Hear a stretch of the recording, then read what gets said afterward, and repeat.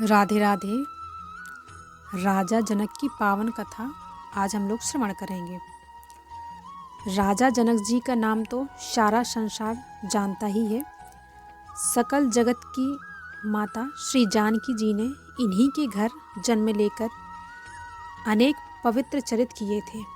राजा जनक जी की महिमा सूर्य के सदृश संसार में विख्यात हुई, जिससे सुखदेव जी जैसे ज्ञानी और वैराग्यवान मुनियों के चित्त भी कमल के समान खिल गए तथा आवागमन के झगड़े से मुक्त हो गए। अस्तु जिसकी वाणी में ऐसी शक्ति है जो राजा जनक की महिमा का बखान कर सके। धनुष यज्ञ के समय जब रामचंद्र भगवान जनकपुरी में पधारे थे, उस समय राजा जनक जी उनके मनोहर और अनुपम रूप को निरखकर अपना सारा ज्ञान और वैराग भूल गए थे। किंतु जिस समय अपनी वह प्रतिज्ञा याद आई कि महादेव जी के धनुष को तोड़ने वाला ही सीता को ब्याहेगा, तो बड़े विकल हुए और अपनी बुद्धि तथा भाग को कोसने लगे कि ऐसी कठिन प्रतिज्ञा क्यों की।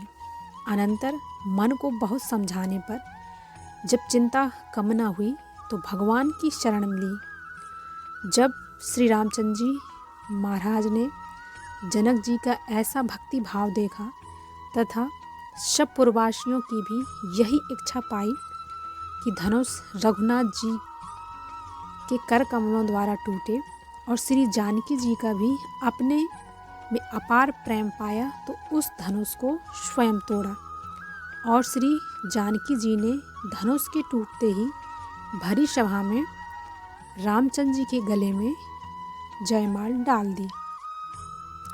उस समय जब जनक जी ने उस युगल छवि की जोड़ी की छवि देखी तो अपने भाग को सराहने लगे तथा प्रेम से गदगद होकर देह की शुद्ध भी भूल गए। तत्पश्चात बड़ी धूमधाम से विवाह हुआ और जब श्री जानकी जी सहित श्री रामचंद्र जी महाराज एक ही आसन पर विराजे, तो उस समय की छवि को कौन वर्णन कर सकता है। रामचंद्र मुख चंद्र छवि, लोचन चारु चकोर, करत पान सादर सकल, प्रेम प्रमोदन थोर। इस प्रकार उस घड़ी जो आनंद हो रहा था, उसको तो देवता और शेष शारदा भी वर्णन करने में असमर्थ है। फिर मेरी तो गिनती ही क्या है। जिस प्रकार रामचंद्र और सीता जी एक ही पालकी पर सवार होकर जनकपुरी से विदा हुए, उस समय राजा जनक और पूर्ववासियों की दृष्टि में जो प्रेम और भक्ति भाव झलक रहा था, उसको कौन वर्णन करके पार पा सकता है। राधे राधे।